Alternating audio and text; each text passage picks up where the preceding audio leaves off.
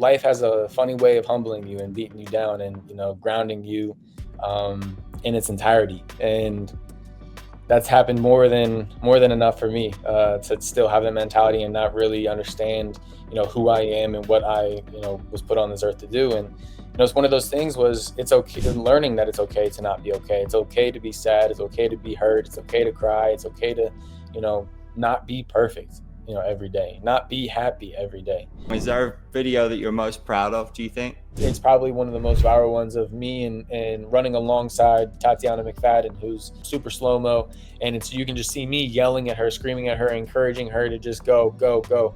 And we end up to win gold, break the world record. Yes, ladies and gentlemen, a very warm welcome to the face of Paralympic sprinting in the United States of America. Nick Mayhugh. Nick, really cool to see you, man. Triple world record holder. How incredible does that sound to you? Thank you very much. It doesn't get old. I'll tell you that. 100%. How is life treating you right now? What are you up to? It's good. We just got back from U.S. Championships in Eugene, Oregon. Unfortunately, I have I got a call on Monday, the week before the competition, that I had a stress fracture in my right foot. So that was a shock and a bit frustrating throughout the week to try to navigate if I was going to compete or not, if I was going to be able to. But, I have such a good team around me, and, the people that I've employed, that Team USA, has working on their staff. They did everything that they could to, get my body ready for jumping on Friday and then sprinting on Saturday. And, I did what I had to do. Won the long jump, ran the 100, hit a season's best, hit the A standard, and made the team for Worlds. So now we got 8 weeks from calendar day today till I run the 100-meter prelims, and I'm in a boot for the next 2.5, 3 weeks. And, we're just going to do everything we can to hopefully be as ready as possible at Worlds in 8 weeks' time. I grew up as the biggest football fan or soccer in the United States. Can you tell us about your journey transitioning from playing soccer to a sport that you knew nothing about? Yeah, growing up, I always called it football as well. My dad's best friend was from Liverpool in the UK. So, growing up, I always called it football, was a big Liverpool fan. And my brother's 5 years older than me. So, I grew up, and as much as I hate to admit it, I wanted to be just like him. So growing up playing football my whole life, doing that was, a dream come true to try to, represent my country on the highest stage, being, the Olympics or the World Cup. And once we found out that that soccer wasn't going to be in the program for the Paralympics in Tokyo, Team USA reached out and asked if I wanted to run track. So, growing up, I only ran distance events in track and field. I ran the mile and the 800 and was pretty good at those. But once I saw the records for the distance events, I knew that wasn't in the cards for me. So I turned my eyes to sprinting, and, as sitting here and realizing what I've done, breaking 3 world records, 3 golds, 1 silver, doing everything I've done. I'd lie if I told you it wasn't the most humbling and hard experiences I've ever had to go through. I had to completely relearn how to run. I always thought I was pretty quick, pretty fast on the football pitch, but turns out I was a really slow sprinter when it comes to track and athletics. So, having my coach, break down my sprinting form to build it back up to what it should be, getting from point A to point B the fastest as possible, trying to be as efficient as I could, given my disability as well, was really tough. But, I wouldn't have it any other way. I'm really excited, to be here and still be kind of, new to the sport in a sense. I haven't been running my whole entire life, and I'm going up against guys who have. It's a real humbling experience. And anytime I go out there, I try to, represent myself and Puma and Team USA the best that I can. What were the biggest mental, physical challenges for you leading up to Tokyo? The blocks. That was the biggest thing, because I've never felt unathletic before in my whole life. Especially given my disability in my left side, I've always prided myself of, at least I feel athletic. At least I can go and throw the football around, the American football. I can do that. I can catch really well.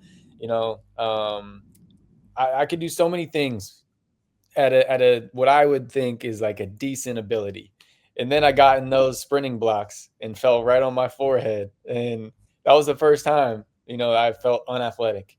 And it was very, very humbling to have to go through that. My coach did a really good job of, trying to keep me grounded in a sense of, he didn't, for the first 6 months of our training, he never told me my times. And I found that very weird. And, his reasoning was, if I tell you a time that you ran and you think it's good, you're not going to work as hard on the next rep. And, if I tell you and it's not as fast as you want it to be, you're going to be frustrated. And I can't deal with a frustrated you right now. You don't know what you're doing. So just trust me, trust what we're doing, and just try again. So, the blocks, the mechanics of sprinting in a in an efficient way, rather than playing football. You have to be ready and agile and be ready to go in any position in 360, and at any point you don't know which way the ball is going to bounce. And transitioning to track and field, you only turn left if you're running a 200 or the 4, and running the 1 is just from point A to point B. So my biggest mental thing was to know that I had to be confident in the sport. I couldn't rely on anybody else. Growing up playing football, you can have a bad game and still win the game.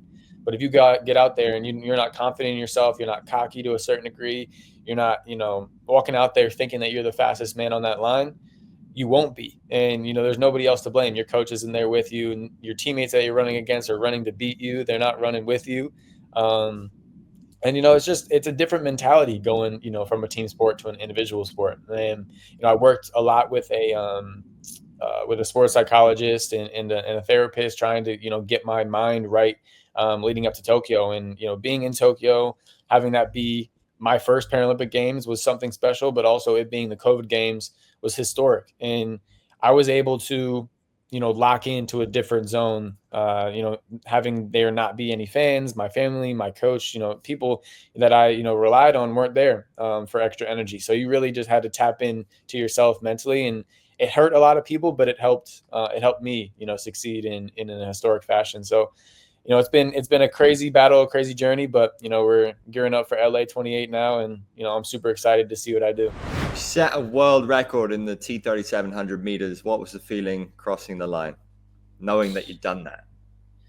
Honestly, I ask myself, anytime I'm asked that question, it's tough to really encapsulate what I was feeling, because I felt every, emotion possible. Obviously the first emotion is like just joy and just happiness and just like, you did it, you won gold, cool. And it was so exciting. But, as soon as I kind of came to terms with it, as they move right on, you have a little bit of time to celebrate, on the track and take pictures and do all that. But then they're like, all right, get off the track. We need to move on to the next race. Get off. All right, you're done. And, walking back under the tent, doing media and stuff. It's just, you think about doing the interview with, the TV network here and talking, and they told me to send a message to my family. And that's when it really hit me, of thinking, of every single, emotion that I'd felt those last, 19 months of training, all the hard work, the times that my brother was banging on the door, to wake me up to go to training when I didn't want to, but we had to, to get me through it, sad, angry, injuries, happiness, all those feelings are something that you just feel in that moment, and it just was a recurring cycle of those things that entire night. And then, speaking to my therapist, speaking to my coach, is like, all right, yeah, you got your first one, you got 3 more to go. So, get some sleep, turn off your phone, get off social media, and, get up tomorrow and get ready to do it again. A lot of people still don't understand the classifications in para sports. So can you outline for us, and what does competing as a T37 athlete mean to you? Well, I mean, that's something that I don't understand as well. And that, I'll boldly say that the classifiers don't understand even in their own right. It's very frustrating, because for me personally, I feel like they're not trying to help the sport in the way that I think that they should. And I can say that very proudly and with my whole chest. And being somebody who's been on the negative side of that, I went into Tokyo classified, medically, in which they look at your medical records, and they give you these physical tests. They, tell you to lay on a medical table. They test the spasticity and different things in your limbs. And then the last portion of the tests as they watch you run. And in competition, you're supposed to be, peak fitness, ready to go, all out, one rep if you're running the 100-meter final, and that's all it is. So to be sort of classified, I think should be, based on your medical diagnosis and what you were born with or the traumatic experience you went through, whether, you're an amputee or such. And regardless, each disability has their own traumatic experience and things that you go through. So I think, to my understanding, and what I think it should be, is that you should be classified based on your medical diagnosis rather than what I was diagnosed on in my physical performance. Because I am an outlier. I have been training my entire life to try to hide my disability from my parents, to my brother, to my cousins, my coaches, teammates. Going to play Division I soccer, nobody knew until, I sat everyone down in the locker room and said, hey, there's an article about to be, published about me, and you're going to find out that I have a physical disability. And, I just didn't want to tell you guys because I didn't want to be treated any different or any less. And, it's those types of mindsets that not a lot of people, have in the sport. And, to grow up like that and then to kind of be, suppressed in a way that, I'm being told that I'm too fast for my disability, or I make it look too normal and such. It's very frustrating, to have that realization and be able to be on that side of things. So, you know, you're supposed to go through this extensive, classification process and be diagnosed or classified based on the classifiers, no matter their credentials or, what they go through. And I think, honestly, I think they're hurting the sport in a way, um, that they should rather be helping it. We should be celebrating athletes for being able to outperform what doctors or classifiers think should be possible given their disability, rather than, hindered for it in a way. You're not going to tell Usain Bolt that he can't run against humans because he's the fastest humans. He has to go run against horses now, would you? Or, Michael Phelps has to go swim with a dolphin, and something silly like that to me. So, the whole classification process I could talk about it forever. But to my understanding, you're supposed to get classified and run against other athletes with the same severity of disability as you have. So, single leg amputees wouldn't be competing against double leg. I wouldn't be running against a visually impaired athlete. I only compete against other athletes with the same, or at least as they think, the same severity of disability as I have. But, they also told me I was too fast for my disability. So, um, who knows? It's a touchy subject that I plan to blow up in the next 5 to 10 years. Well, I enjoy your content about it as well. You speak really well about it. And what I love as well is seeing the comments on your Instagram. You've spoken about cerebral palsy being your superpower, and just how that inspires a lot of people is just incredible to see. How has that mentality helped you on the track and in your life?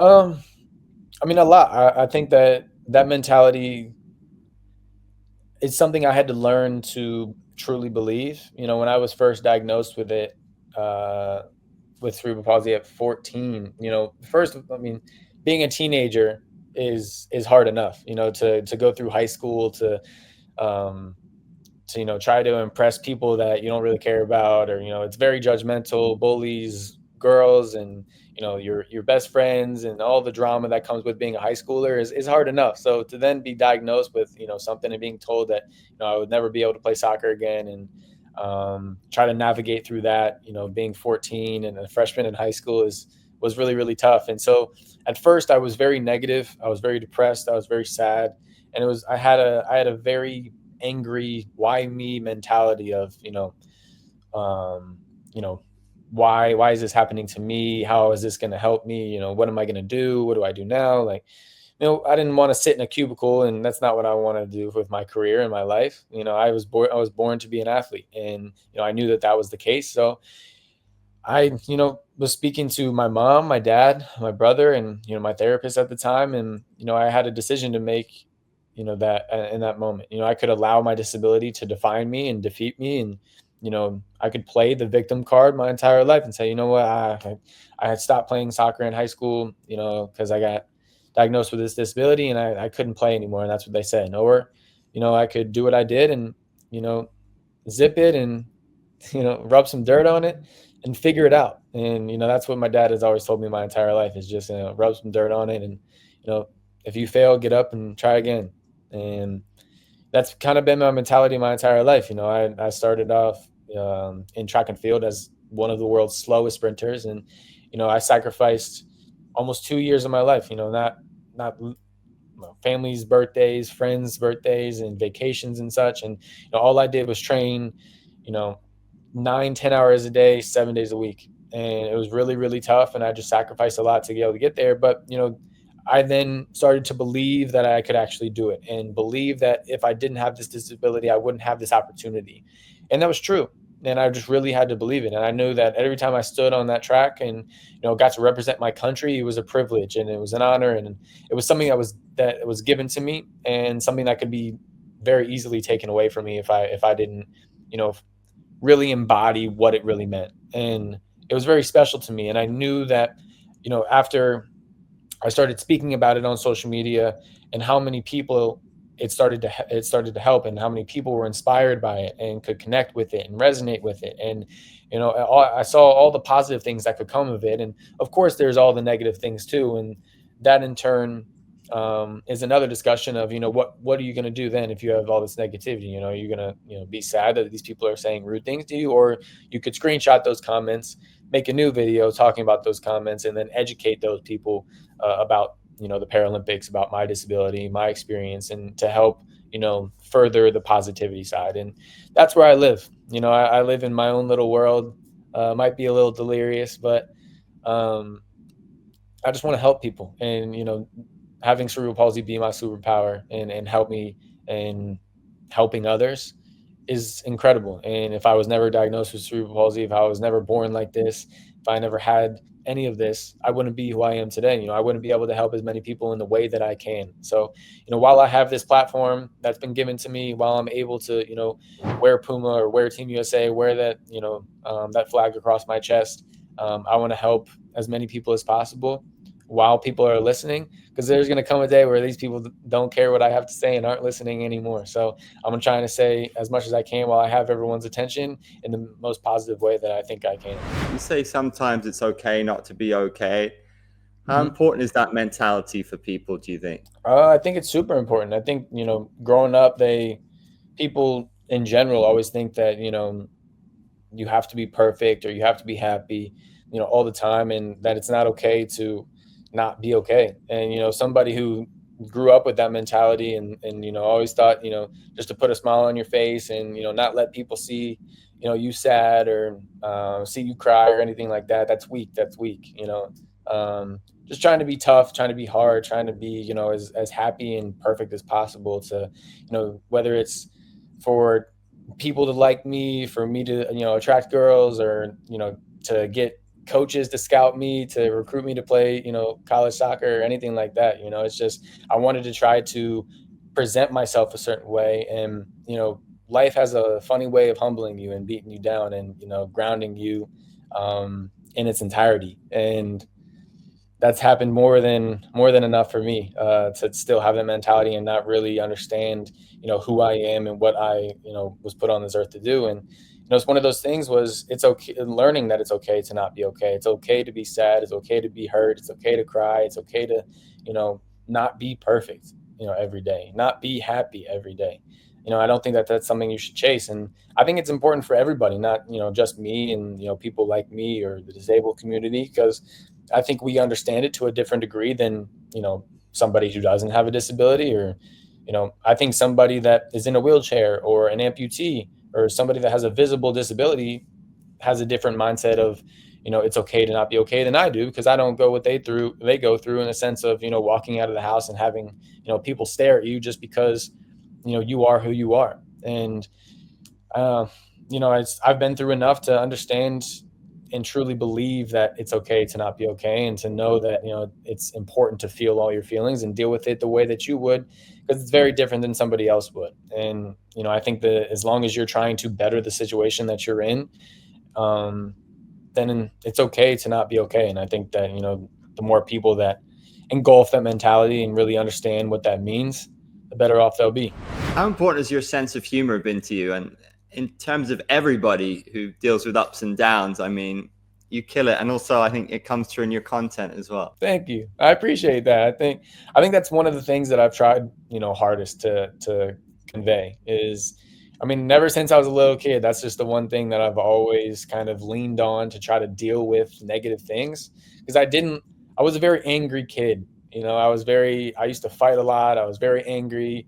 Um, and I was just very upset, and that was my way of expressing the negative things. But growing up and kind of meeting your match physically and knowing that you can't fight forever unless you're about that life. And once you get to a certain age and other kids starting to hit puberty, and they'll put you in your place, and you start to get knocked down, and you don't want to get up again. You're just going to get knocked down again by these people. I try to find a different way to deal with those emotions. And um, laughter has always been such a safe place for me, with my family, and my friends. And, having gone through the things that I go through in my life, given my disability and everything, there's nothing that you could say to me that I either haven't said to myself or people have said to me already. And so I've made light of it. They're only words, and I know that words can hurt for sure. But I think that that's a mentality that you kind of have to grow to have, in a sense of, don't allow words to hurt you from an intention of somebody doesn't know you. And, I like to speak about my experiences and shed light in the sense that it's okay to laugh with me. It's okay to laugh with us being in the Paralympics rather than at us because something happens. I think it's very easy for somebody to tell whether they ask a question they want to know because they want to learn genuinely, or if they're asking a question a condescending question because they are trying to hurt your feelings. It's very easy to tell the difference between the two. And with social media these days, everyone is faceless behind, a keyboard and can say anything without any repercussion. So that kind of makes it a little easier to kind of shed the humor on it all as well. Because, I think growing up specifically, I think people are told and taught to treat somebody with a disability different than you would somebody else, in a sense of, speak to them a certain way, and it's always, I can't really explain it unless I really show you or you're in the moment. And it's kind of just people just, oh, it's just, oh, and people sort of talk down to people with disabilities and all those things. And I think it's when they watch the Paralympics on TV, or, see a story on a program or anything like that, it's very inspirational. It's very, feel bad for me, and then I'm able to succeed and do these things, and it's just this feel good story, and it's always sort of recycled, and it's the same thing, and it's great. That's how you get people emotionally involved. But at the end of the day, disabled people don't want to be treated any different. We don't want to be treated any less. We're all humans. We all bleed and love the same. And I think it's just very important to understand that you can treat the Paralympic sport the same as the Olympic sport, the same as rugby, football, American football, soccer, anything that you support, you can treat it the same. You're allowed to be a fan of somebody and boo another person. You can boo him even if he has one leg, two legs, and in a wheelchair, or looks like me. And that's my way of trying to show people that it's okay to laugh. The videos I post of, my friend Hunter Woodhall, who's a double leg amputee, and all the funny videos I do with him and his legs and taking his legs and doing certain things. And I want people to know that it's okay to laugh, because it's the way that we all deal with things in our life. We like to laugh about it, and as long as we can capture those laughter and let people know that's okay to laugh with us and not at us, and then just laugh and have fun and boo and get upset and support us. That's all we want at the end of the day, is just more support for the Paralympic. And if you laugh and somebody's leg falls off, it's okay to laugh. That's funny. We think it's funny too. Yeah, your content game is very strong. Is there a video that you're most proud of, do you think? Shoot. Or that made you laugh the most? That's a good question. I think my favorite one, honestly, is probably one of the most viral ones of me and running alongside Tatiana McFadden, who's I think she's the most decorated summer Paralympian ever. And she's in a wheelchair, and it was in Tokyo, the Universal Relay, which within itself is, I think, the best event in para track and field, being that there's a 4x1, different athletes, 4 different disabilities, 2 men and 2 women. And I was third leg, being the cerebral palsy leg, and then the fourth leg is always wheelchair. And Tatiana, being a woman, come around the corner, and the video always goes super slow mo, and it's you can just see me yelling at her, screaming at her, encouraging her to just go, go, go. And we end up to win gold, break the world record, and I think that clip alone encapsulates what Team USA, what the Paralympics, and what this sport is all about. And I hope that video continues to just shed light on it and inspire people to learn and be involved in the Paralympics. Amazing. If you could go back then, given all that you've achieved and all that's ahead of you, when you were 14 coming out of that office, what would you say to yourself? Everything's going to be all right. And I think that I would just leave it at that. Just try to ease my mind of, I remember still to this day walking out of that office just being just so upset and angry and broken. That's probably the one word I would use, is just I felt broken. I felt lost and broken and sad. And if I had, me now be able to just like stand outside and just look at me and say, everything will be all right, and just have a sense of comfort that, nobody else at that time could give me, because I was too hard-headed and stubborn to listen to my parents, to listen to my family, or, really believe them, because, I'm 14 and I know everything, at 14. But, to be able to have myself back then, tell me everything will be all right, I think, I'd have an easier path to get where I am today. I guess was the making of you. Unbelievable career and super exciting things to come, including 2028. So to wrap up, when I cross the finish line in LA in 2028, I will feel... I will feel joyful. I will feel joyful. I know my family will be there.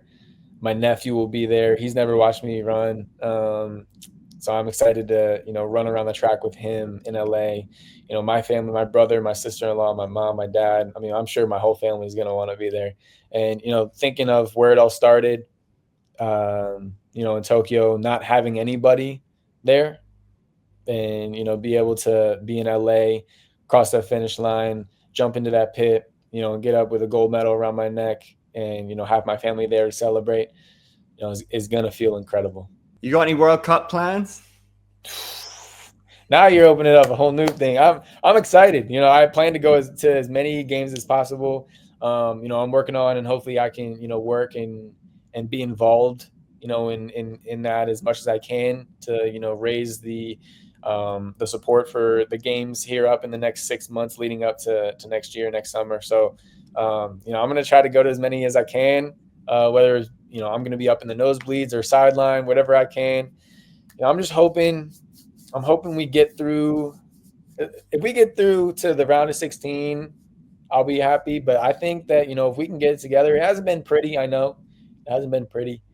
Not a lot of people are happy, but, that's kind of our MO, is we like to just wing it when it's time to, and we kind of put it all together. So I think I'm going to stay positive, because I have no other choice. Being an American, being in America, I'm going to hopefully say that we get at least to the round of 16, and then I'll be like, all right, whatever happens, I'll be all right. I feel like this is the way of the host nation. It's always a mess until it's game time, and then somehow it all pulls together. I mean, I genuinely have no idea how they're going to facilitate the traffic, the crowds, the stadiums. It's going to be amazing the way that they're going. I'm more worried about the logistics than the actual gameplay, because if they figure out the logistics, I think that's just a victory within itself. But again, I think that's a problem with all the host nations. So as long as we keep them out of it, those players, we keep them out of it. All y'all need to do is focus on playing and playing well, please. Get us out of the group, make us proud, and I think everything will be all right. It's going to be the wildest World Cup ever. Can't wait. Nick, what an absolute pleasure. Thank you so much. I massively appreciate it. Maximum respect. I appreciate it. Thank you very much.